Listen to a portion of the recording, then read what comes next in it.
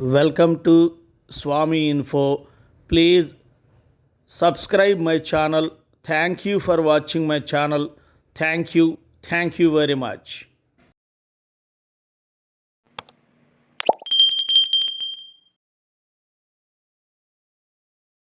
Issue resolution ఫామ్ని ఎలా fill చేయాలో చూద్దాం. ఈ ఇష్యూ రెజల్యూషన్ ఫామ్ ఓపెన్ చేయగానే మీకు ఇలా కనిపిస్తుంది. ఇప్పుడు నెక్స్ట్ క్లిక్ చేయండి. ఇలా కనిపిస్తుంది. మళ్ళీ నెక్స్ట్ క్లిక్ చేస్తే మీకు మొబైల్ నంబర్ అడుగుతుంది. సో ఇక్కడ మీరు మీ టీఎన్ఏ సర్వే అప్పుడు ఏ మొబైల్ నెంబర్తో అయితే రిజిస్టర్ చేశారో ఆ మొబైల్ నెంబర్ టైప్ చేయాల్సి ఉంటుంది. టైప్ చేశాక నెక్స్ట్ క్లిక్ చేయండి. ఇక్కడ మీకు డీటెయిల్స్ కనిపిస్తాయి. మీ డీటెయిల్స్ ఒకవేళ కరెక్ట్ అయితే ఎస్ అని, తప్పు అయితే నో అని క్లిక్ చేయాల్సి ఉంటుంది. ఫర్ ఎగ్జాంపుల్ నా డీటెయిల్స్ తప్పు అయితే నేను నో క్లిక్ చేసి నెక్స్ట్ క్లిక్ చేస్తాను.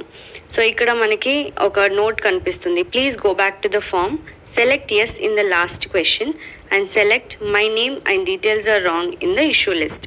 సో దీని అర్థం ఏంటంటే ప్రీవియస్కి వచ్చేసి సెలెక్ట్ ఎస్ అని క్లిక్ చేయాలన్నమాట. ఇక్కడ ఎస్ అని ఉంది కదా, అక్కడ క్లిక్ చేసి దెన్ మన సిఎంఎఫ్ఎస్ ఐడి అడుగుతుంది. ఆ సిఎంఎఫ్ఎస్ ఐడిని టైప్ చేసి do you have any other issues దగ్గర ఎస్ అని టైప్ చేసి క్లిక్ చేసి నెక్స్ట్ అని క్లిక్ చేయాల్సి ఉంటుంది. ఇక్కడ మనకి కొన్ని ఆప్షన్స్ కనిపిస్తాయి డిఫరెంట్ ఇష్యూస్ అని. అందులో మన first option incorrect personal details అని ఉంది కదా, దాని మీద క్లిక్ చేసి నెక్స్ట్ క్లిక్ చేయాల్సి ఉంటుంది. ఇలా చేశాక మన ఫుల్ నేమ్ అడుగుతుంది. సో మీ ఫుల్ నేమ్ని టైప్ చేయండి, దెన్ నెక్స్ట్ క్లిక్ చేయండి.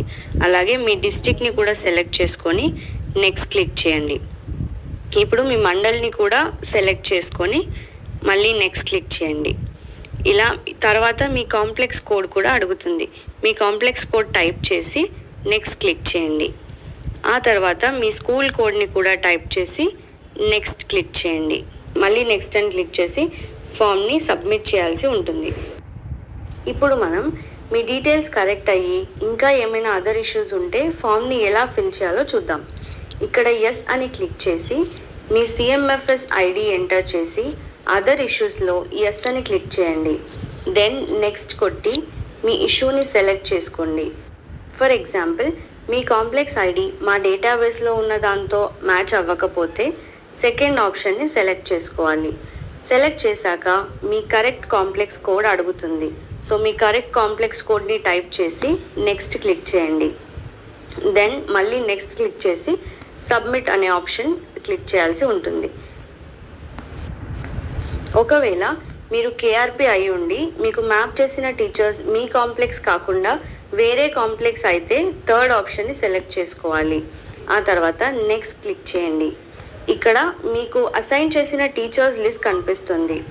అందులో నుండి మీకు ఇన్కరెక్ట్గా మ్యాప్ అయిన టీచర్స్ని సెలెక్ట్ చేసి నెక్స్ట్ క్లిక్ చేయండి.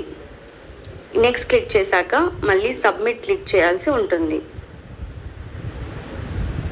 ఈ second and third options only కేఆర్పీస్కి మాత్రమే వర్తిస్తాయి. మిగతా టీచర్స్కి కానీ ఇంకెవరికి ఈ ఆప్షన్స్ కనిపించవు అన్నమాట. ఇంకో ముఖ్య విషయం ఏంటంటే యూజర్ నేమ్స్ చేంజ్ చేయకండి.